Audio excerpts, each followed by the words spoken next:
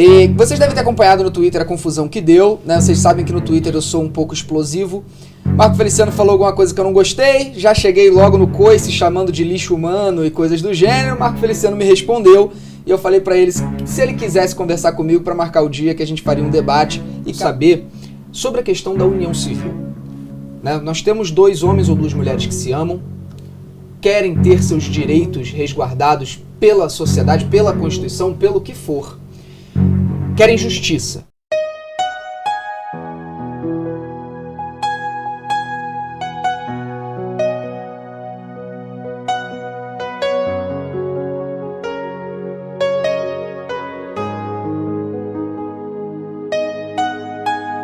Meus irmãos, graça e paz, Pastor Olavo Amaral. É com muita alegria e satisfação que eu te recebo aqui agora no meu canal. Você que se deparou, ou de manhã, tarde à noite, eu quero que você preste bem atenção nesse conteúdo. Vem falando sobre um debate que teve entre o pastor Marco Feliciano e o youtuber Felipe Neto. E o Felipe Neto, ele pede até desculpa porque ele extrapola demais com pronúncias muito mal colocadas sobre o pastor Marco Feliciano, e ele volta a debater novamente, mas diz que agora como pessoas civilizadas, né?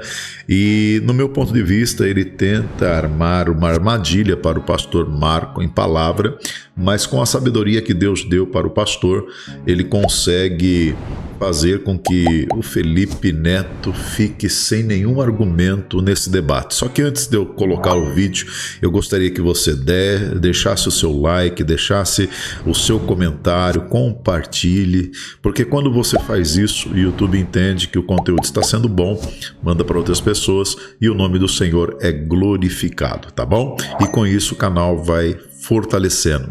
Agora que você já deixou o teu like, o teu joia, eu quero que você preste bem atenção e veja um pouco desse debate entre pastor Marco Feliciano e Felipe Neto.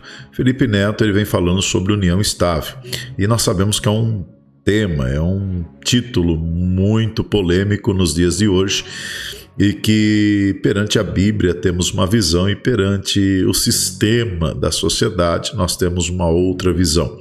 E eu quero aqui que você preste bem atenção no que o Felipe Neto, ele vem até atacando as religiões, ele vem atacando a religião, mas o pastor Marco, ele vem e dá a resposta na íntegra. Preste bem atenção nesse vídeo.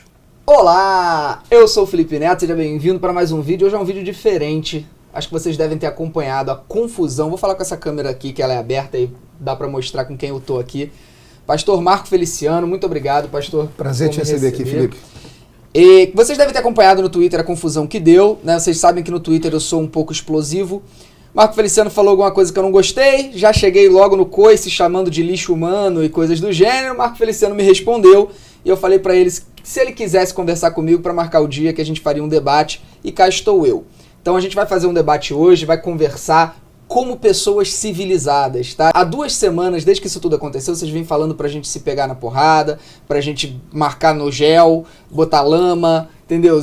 Não é isso que vai acontecer aqui hoje. Nós vamos conversar como 2 adultos, de homem pra homem, sem ter esse ácido e esse sangue que vocês esperam. Vamos ver o que sai daqui, quais são as ideias que serão debatidas. De início, pastor, eu quero pedir desculpa pra você. Provavelmente não é o que as pessoas estão esperando, que eu comece um debate pedindo desculpa, mas pedir desculpa porque a explosão que eu dei no Twitter foi algo que eu recrimino, né? Não teria porquê, por discordar de você, te atacar pessoalmente ao invés de atacar as suas ideias ou questionar as suas ideias. Então, por eu ter te xingado, por eu ter falado mal da sua pessoa, eu peço desculpa antes da gente começar aqui. Como pastor, já te perdoei lá atrás. Já orei por você, porque eu sei que, como você, existe um grande número de pessoas que já tem uma imagem. Isso seria um pré-conceito, né? Nada sobre Marco Feliciano.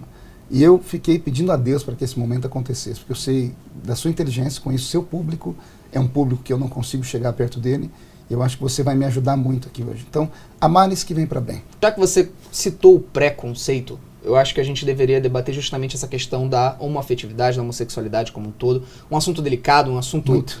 que é a pauta, acho que desse século, né? Do século XXI, acho que está sendo a grande pauta com o aquecimento global e com outras questões, né? O assunto sexualidade é um dos grandes assuntos da humanidade no momento. E sobre a questão da união civil, né? Nós temos 2 homens ou 2 mulheres que se amam, querem ter seus direitos resguardados pela sociedade, pela Constituição, pelo que for. Querem justiça. E nós temos hoje uma situação onde o STF teve que agir, né? Sendo isso certo ou errado, o STF acabou legislando nesse sentido através da jurisprudência. Para quem não está entendendo, porque você não entende o que é STF nem jurisprudência, o STF permitiu, vamos dizer assim, o casamento entre um casal homossexual, e a partir daí criou-se uma jurisprudência onde todo mundo utiliza dessa prerrogativa para fazer o casamento, né, a união civil entre pessoas do mesmo sexo hoje em dia. Eu gostaria que a Constituição permitisse que pessoas do mesmo sexo se casassem. E você? A Constituição diz que não hoje. O Supremo entendeu que sim. Eu tenho o meu pensamento. Eu gostaria de saber qual é. O meu pensamento é o seguinte: se 2 pessoas moram juntas, é de fórum íntimo delas. Transformar isso em casamento, nós vamos ter um problema jurídico muito grande. Por quê? Porque a Constituição, no artigo 226, tem uma frasezinha aqui que é áurea. Para efeito da proteção do Estado. Aqui está o problema. A Constituição não vem para proteger a família. É para proteger a existência do Estado. Você protege o Estado. Você protege o Estado dando a ele longevidade.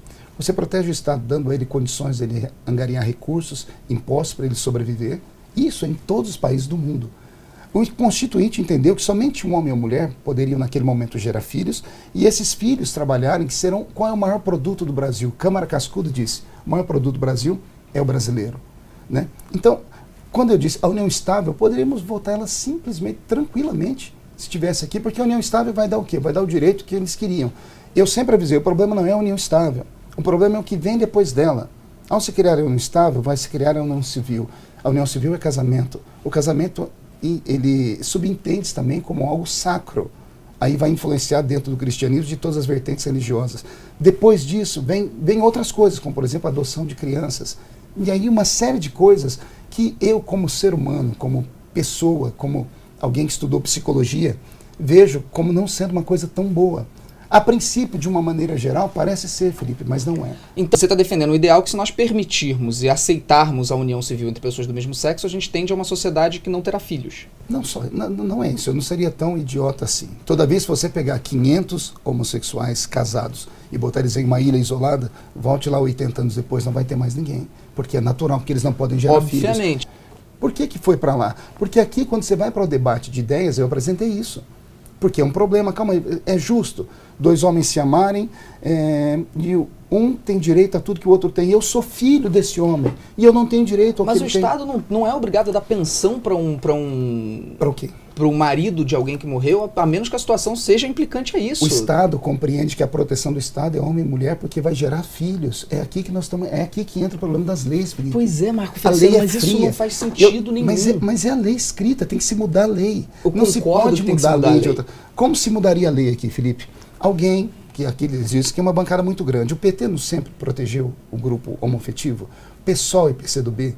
Esses 3 grupos aqui dentro tinham uma força violenta. Por que eles nunca apresentaram uma PEC para mudar a Constituição? Não, quanto a isso... E jogam a culpa na gente, porque o contraponto existe. A beleza da democracia está no contraditório. Mas eu não eu sou acho que obrigado a aceitar tudo. Mas eu acredito que é muito oportunista dessa parte de argumentação que você está utilizando. E oportunista eu não uso de uma maneira pejorativa. Eu acho que oportunismo é o uso da oportunidade. Você utilizar uma Constituição criada 30 anos atrás, 28 anos atrás, para solidificar algo que não deveria ser solidificado. Veja só. Mas você se posiciona... Eu te dei argumentos aqui. Tudo bem, mas você se posiciona claramente que se hoje tivesse uma votação nesse sentido, você votaria contra. Se fosse a união estável, não teria problema. A união civil teria dificuldades. E já expliquei os motivos. Porque a união civil, ela envolve a sacracidade. Assim, mim, deputado Marco Feliciano, por que ninguém vai sentar com o deputado Jean Willis, por exemplo, que é o deputado que defende a bandeira gay? A deputada Maria do Rosário, ou essas pessoas que são emblemáticas, que sempre no contraponto se apresentam com um vitimismo tremendo, jogando a culpa em uma bancada cristã. Pessoal, nós temos aqui hoje 90 deputados. Até o ano retrasado, a presidenta Dilma tinha 400 deputados. Ela conseguiria aprovar o que ela quisesse na casa, falando eu ou não. Por que não apresentar uma proposta de emenda constitucional? Porque não querem... Vou te explicar. De novo, eu não entro nesse debate. Então eu entro porque faz parte de mim. Com isso eu explico para o seu público por que o projeto não chegou aqui. Vou explicar para vocês. Covardes. Deputados covardes nessa casa. E não, falo do meu lado também. O que é o covarde? É aquele que não quer ir para o enfrentamento. Porque ele tem medo de ser rotulado como polêmico. Polêmico é o que divide opiniões. Por exemplo, eu te respeito que você é polêmico. Você divide opiniões porque você expressa o que você quer. Porque você está num país democrático, Felipe. Sim. Veja só, você pode falar da presidente, ninguém falar nada de você.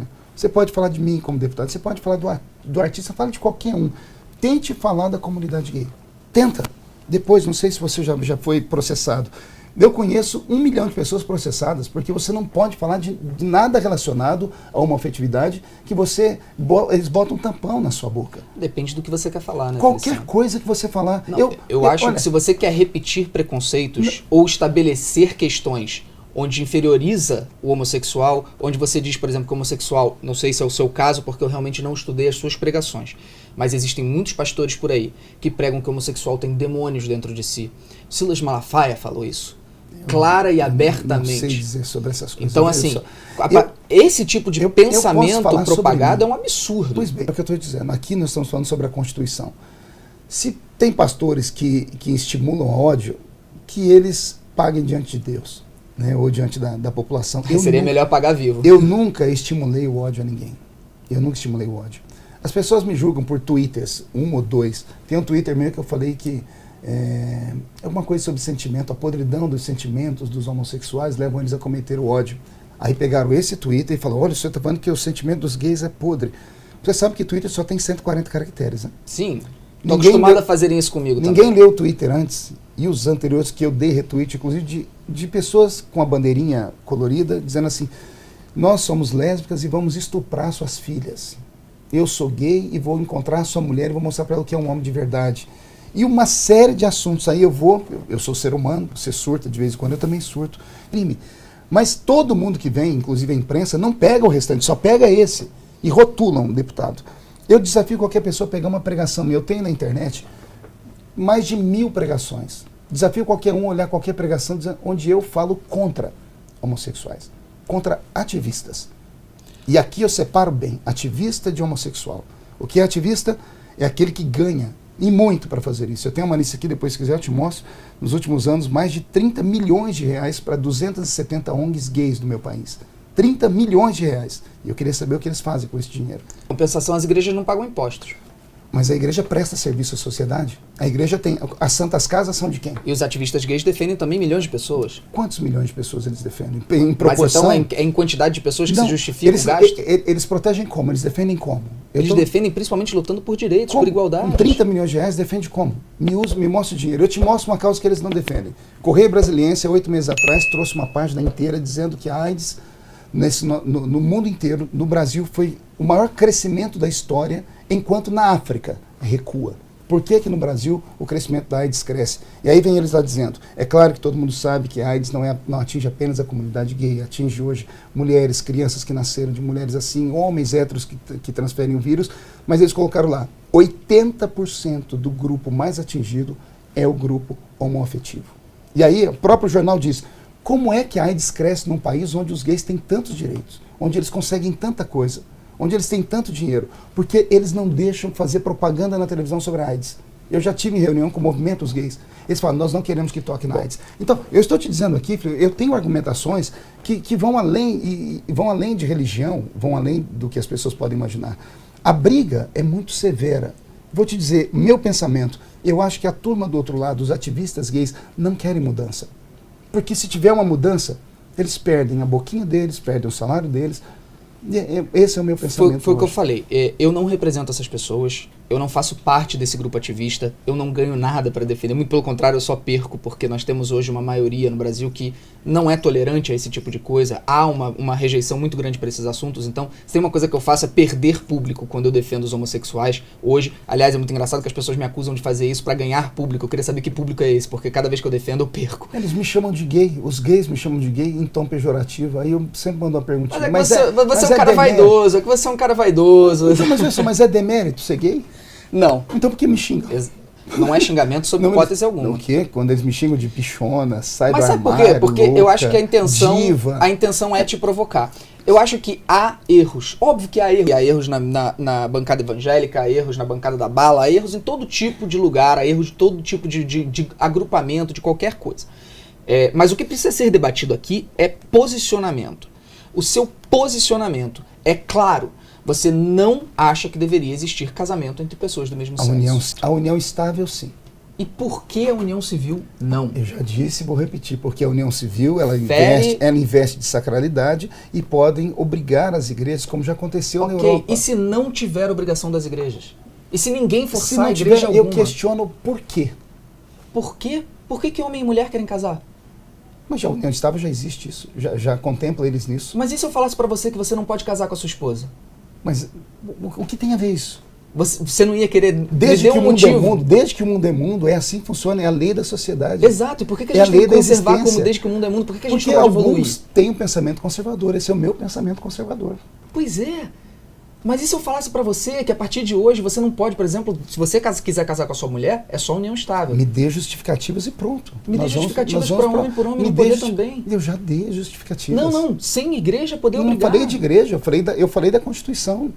Mude a Constituição. Mas Felipe, por que você insiste em voltar para a Constituição? Fazer relações intelectuais sobre o sexo dos anjos não adianta, não leva a nada, não leva a lugar nenhum. A união do casamento, a união estável, a união civil, já é ponto vencido no país. Continuo lutando contra aqui quando me questionam, porque não há o que se fazer. Lei tem que ser obedecida. Continuo dizendo que houve um crime, a Constituição foi rasgada.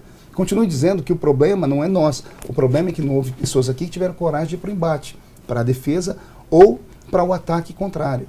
Casa de leis é assim, país democrático é assim que funciona. Okay. Tem o contraditório, eu tenho a minha posição, você tem a sua, você não é obrigado a tentar acreditar no que eu acredito. Concordo com você. Você tem os seus posicionamentos, eu tenho os meus. Eu concordo com você no ponto de vista de que o STF não deve legislar, com certeza. Acredito que cada poder tem que ser a sua função. Isso eu não tenho a menor dúvida.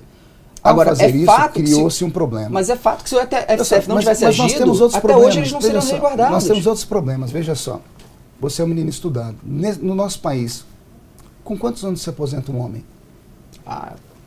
Por que a gente vai partir para esse mérito? Leis, vamos falar dos direitos dos gays. Você não está aqui para falar sobre a homofetividade? Vamos lá. Mas aí você está partindo para um vou te dar os argumentos constitucionais. Okay. Uma mulher se aposenta com 60 anos e o homem com 65. Por que essa diferença?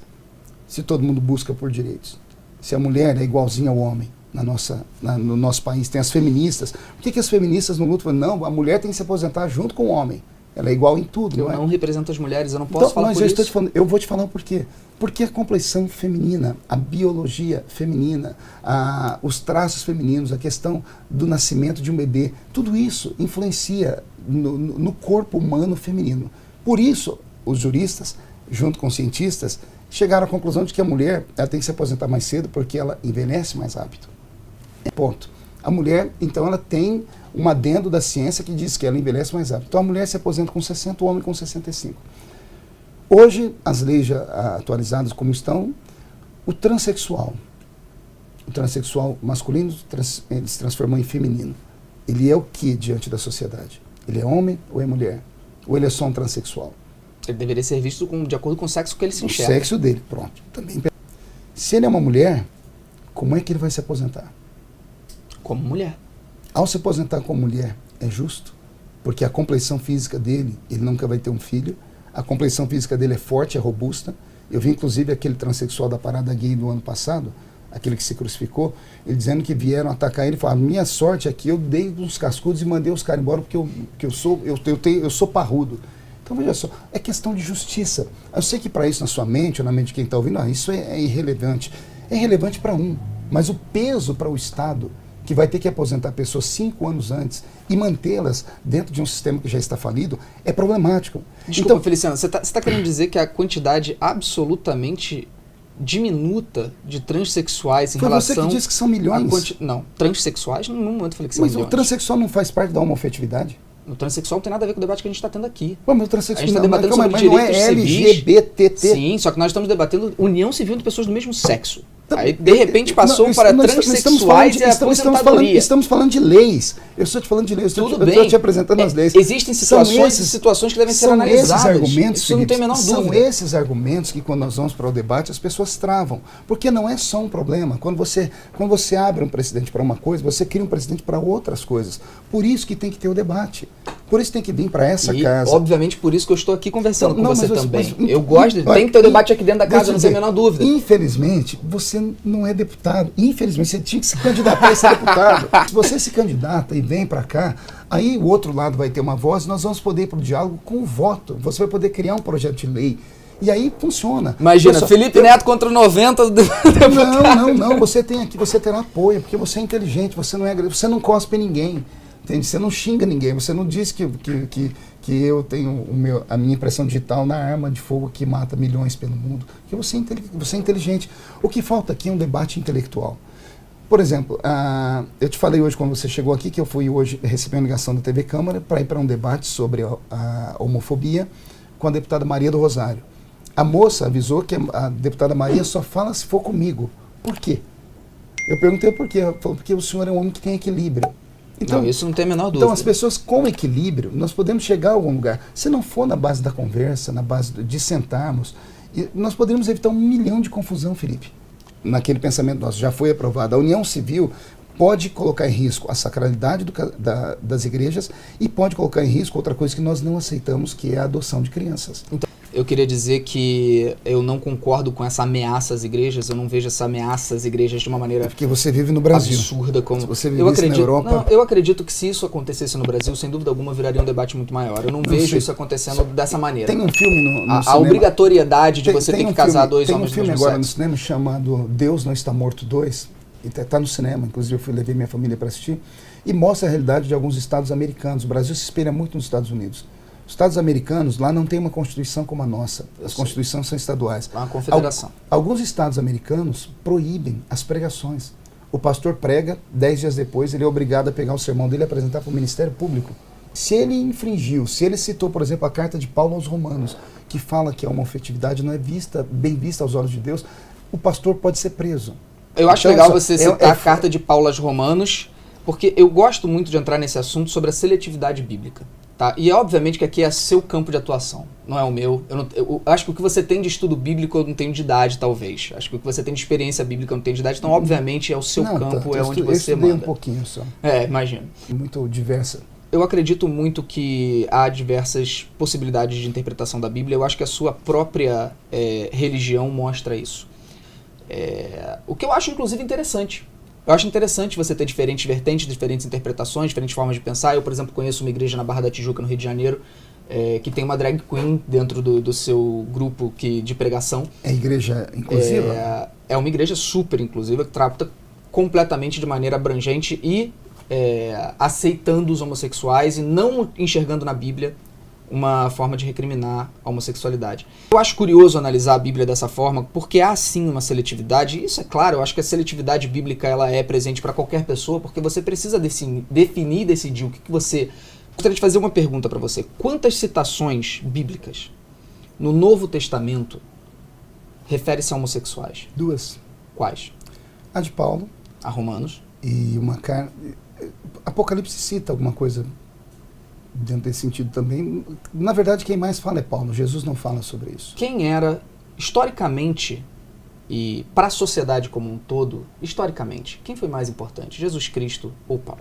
Cada um em seu sentido. Jesus foi o salvador da humanidade, mas então, foi Paulo quem cristianizou o mundo do seu tempo. Mas Paulo ele desvinculou o cristianismo do judaísmo. Porque se Paulo não tivesse feito isso, os gays não seriam só tidos como um ato pecaminoso. Os gays seriam assassinados. Porque o judaísmo diz que o homossexual tinha que ser assassinado. Exato. Utiliza-se Levítico para condenar a homossexualidade. Quem fala isso é ignorante. Quem fala isso... Jesus veio e trouxe o mandamento acima de todos os mandamentos. Peraí, Marco, eu acho maravilhoso você ter dito isso. Maravilhoso de verdade. Eu não sabia da sua posição em relação a isso. Quem cita Levítico para condenar a homossexualidade é ignorante. É ignorante. Eu acho que isso deveria ficar claro. É ignorante porque, embora seja o texto sagrado, aí muitos vão pegar o texto. Como eu te disse, a Bíblia não é um livro comum. Se fosse comum, já estava escorada numa estante há muito tempo. A Bíblia é um livro que nós entendemos divino. A Bíblia levou 16 séculos para ser escrita. tem 40 escritores. Eu creio que só tem um autor, que é Deus. O Velho Testamento todo foi escrito para uma geração, para o povo de Israel, para aquele tempo. No Novo Testamento, Jesus trouxe a pregação do amor. Ao trazer a pregação do amor, ele continua dizendo que o pecado é pecado. Só que a forma de tratar o pecador é de outra forma. O homem que, se você matasse o filho de alguém, a outra pessoa tinha o direito de te matar você, porque você matou o filho dele. Então, eram leis que, para aquele tempo, para um povo semita, para um povo que veio na terra milhares de anos atrás, funcionou. Vem Jesus e traz um novo sermão. Eis que eu vos trago um novo mandamento, né? Um mandamento que substitui todos. Se você amar o próximo como a si mesmo, acabou o seu problema. Só que amar não implica em você concordar. A mulher adúltera foi pega no ato de adultério. Vêm as leis. O Velho Testamento manda matar apedrejada. Os homens trazem perto de Jesus. E diz, a lei manda matar. O que o Senhor diz? Jesus diz, quem não tem pecado... Que atire a primeira pedra. Exatamente. Mas vamos concluir a história, porque até aí é lindo demais. Vai, não pequeis mais. Jesus não fez nada de errado, ele liberou a mulher. Só que quando ela foi embora, ele falou, filha, não te acusaram, eu também não. Vai e não pequeis mais. Porém, Marco Feliciano, a Bíblia pode ser contestada no ponto de vista homoafetivo. Acho que a Bíblia ela é inerrante palavra de Deus. No Velho Testamento? No Novo também. Então, se algum pastor não enxerga pecado na homossexualidade, ele não é um pastor? Essa não é pastor. Entendi. Biblicamente falando, cristianismo, essas igrejas que você chama de igrejas, nós não conseguimos vê-la como igrejas. Entendi. São agremiações religiosas. Ou porque só isso é visto como não sendo errado e o restante tudo é. Veja só, quando eu era pequenininho, eu sou pequeno até hoje, mas quando eu era criança na escola dominical, a professora da escolinha deu um ensinamento para nós que eu nunca vou esquecer. Ela disse, o diabo bateu na porta do céu e o anjo abriu a porta. Quando o anjo viu que era o diabo, ele fechou a porta na hora, só que o diabo botou a mão. E quando o anjo fechou a porta, a mão do diabo começou a gritar, ai minha mão, ai minha mão. A natureza angelical, bondosa, abriu a porta para o diabo tirar a mão. E o diabo colocou o braço. O anjo forçou para fechar, o diabo começou a gritar, ai meu braço. A natureza bondosa do anjo abriu a porta para ele tirar o braço, ele entrou com o corpo inteiro. A Bíblia diz que o que faz o homem errar não são as grandes coisas, mas são as pequeninas coisas. O mulher dele. Não era quando o homem ia para a cama com uma outra mulher que não era dele.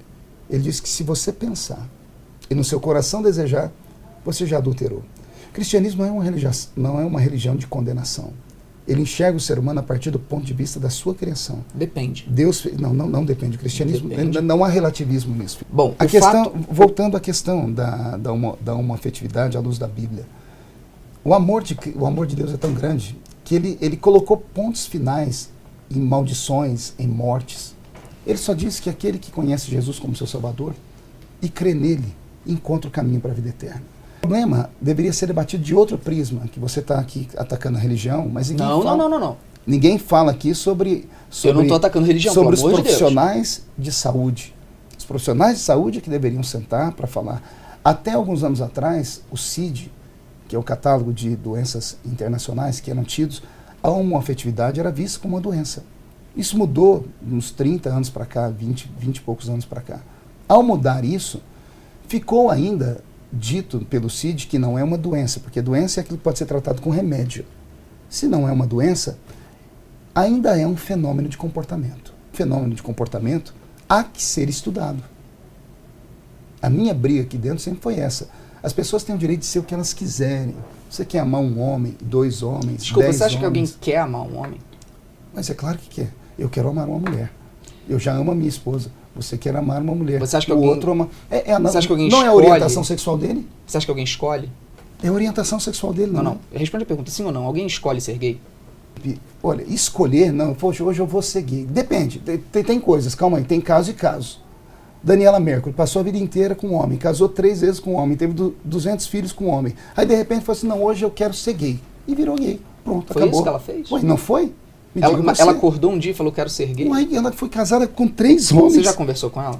Ela nunca quis conversar comigo, mas eu já li tudo sobre as coisas que ela escreveu. Nós temos hoje um sem número de pessoas no meu Brasil que sofrem muito, abruptamente, mas sofrem preconceito. Felipe, não adianta falar para mim, o óbvio é enxugar gelo.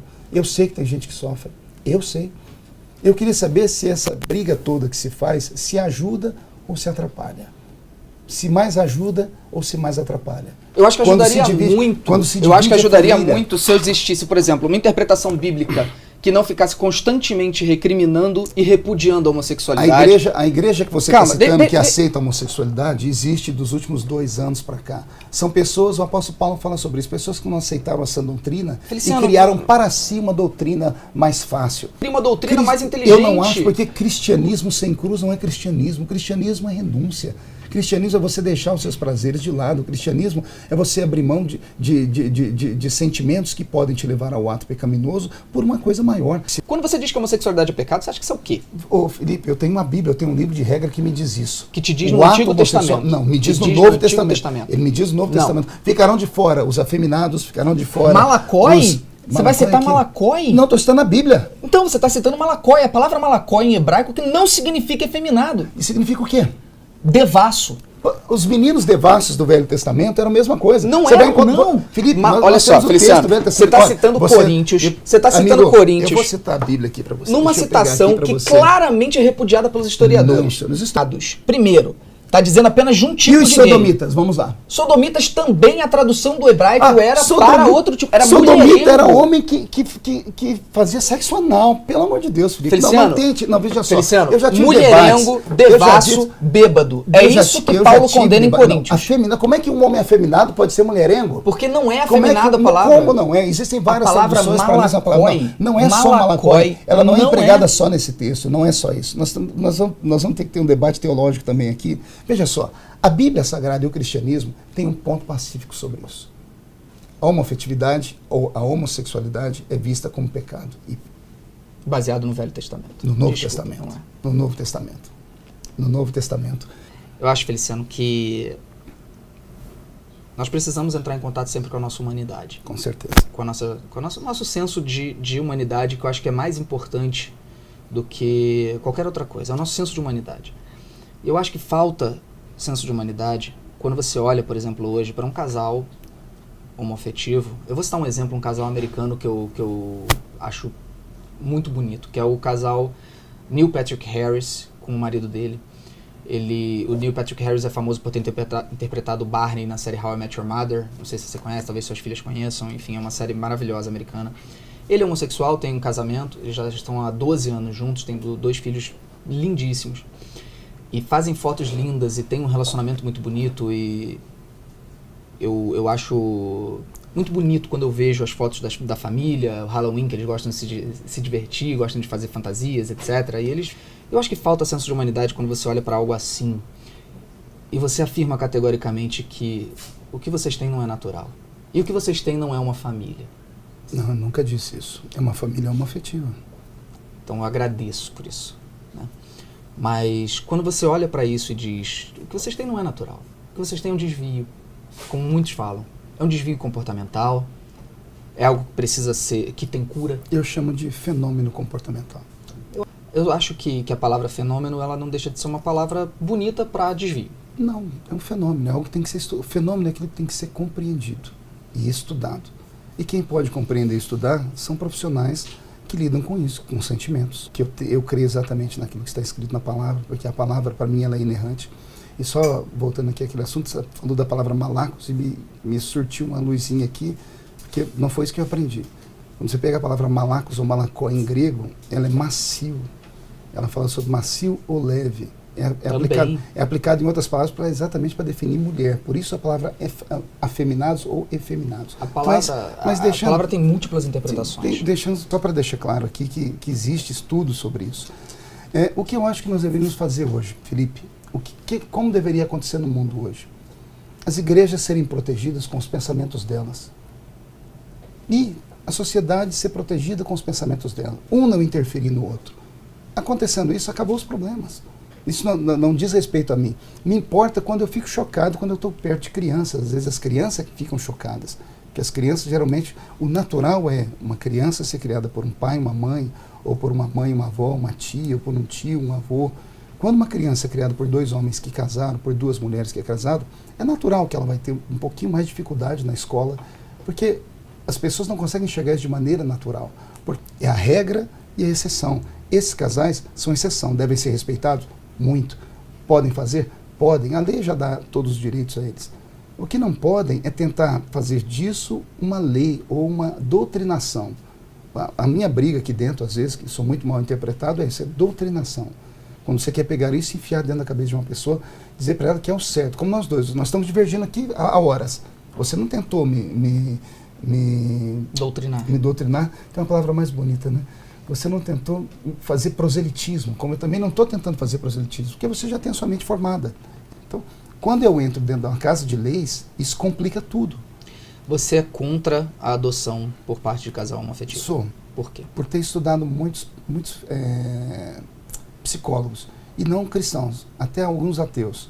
O psicólogo diz, inclusive Freud dá a base, ele diz que tudo que uma criança vê, ouve e sente, de 0 a 7, de 7 a 12, vai fazer parte do perfil psicológico dela, do temperamento, do comportamento, do caráter dela.